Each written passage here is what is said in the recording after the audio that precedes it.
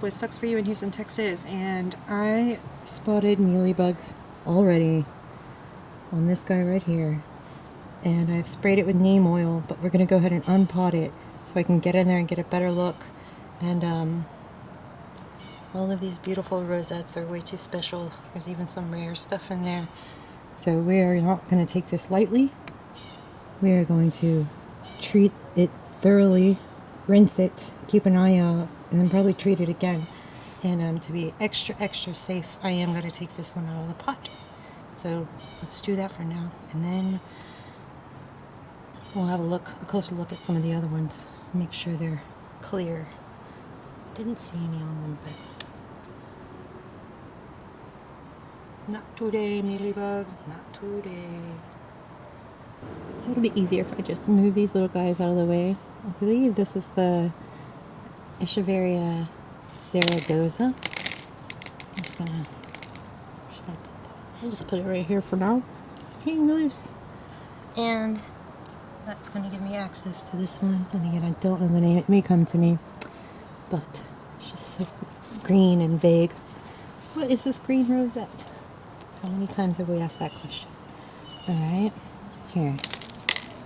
Got it out. I'm going to move this pot here. Got a bin right here we're working over. And I think I'm going to need the macro lens to really get a good look. Alright, so now we're going in for the kill. I'm going to get my neem oil. I'm going to spray it over this bin so any mealies that fall off will fall in there and not crawl away in case they don't die.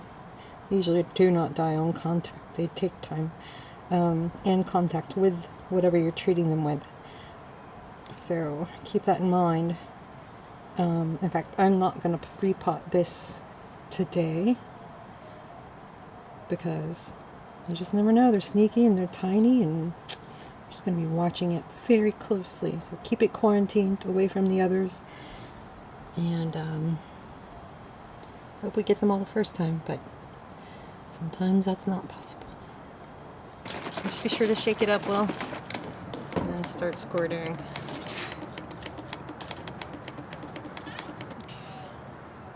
I'm just going to let this hang out upside down in this box.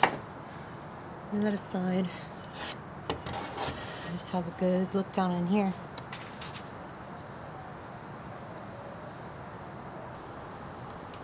Well, it looks okay. I have had mealies on the Graptopetalum before, and I've had a couple on the Sedaveria before. I've never had a problem with them on my Fred Ives, and just gonna keep an eye out. Sorry, my AC just came on.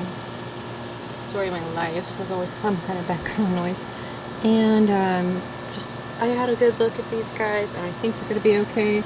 Again, would not be surprised if there's mealybugs in there that I'm not seeing right now.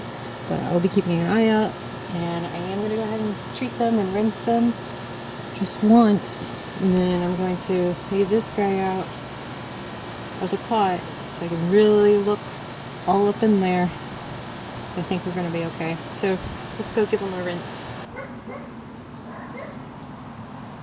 Tiger! He's going to run when I turn the hose on. Hello. This is the mist setting. Sorry. Wobbling.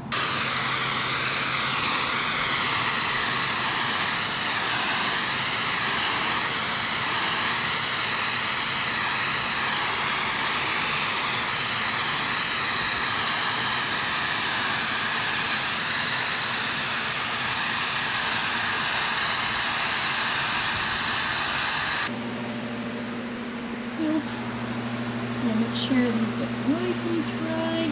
Keep them out of the direct light. Keep them away from the other plants. There's a nice little doodad just to get down in there. It's also a nice time to clean up your succulents. And that's it. Now let me show you the neem oil I use really quick. This is the Stuff Triple Action Neem Oil.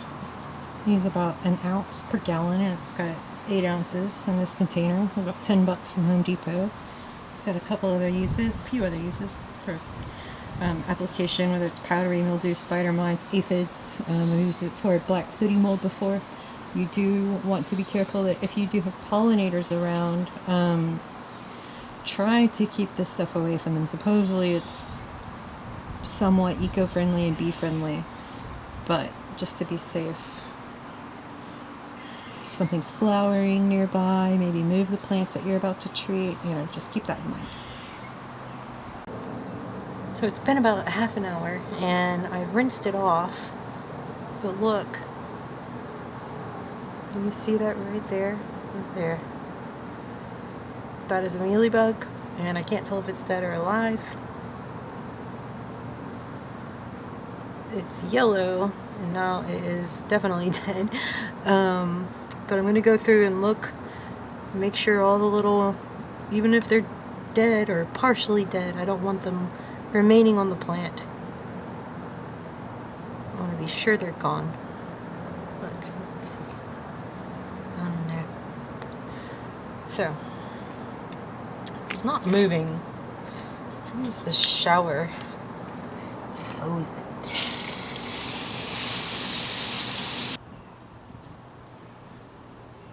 It is the next day. I am going to give this guy the all clear. It looks good. I've gotten up in there, looked really closely to make sure there's no other signs of living or dead mealybugs. And looks nice and clean too. Unfortunately, it's that time of year here in the Northern Hemisphere when mealybugs start becoming more of a problem. It's warming up, they can multiply more quickly. So I'll be keeping an eye out on everybody, but especially the rosettes, because that's just what mealybugs tend to be attracted to the most. And of course, you can watch that video I made on the black carpenter ants and how they farm mealybugs. I didn't see any in this pot, so I can't really tell how they wound up getting there. But I would suspect they were deposited by one of those ants, left to fatten up so they could come and tickle it and drink their nectar. If you want to know more about that, you can watch that video. I'll link to that below too. Alright guys, be vigilant, check all your echeverias, check between the leaves, learn about what the signs of mealybugs are, and other pests too. And thanks for watching.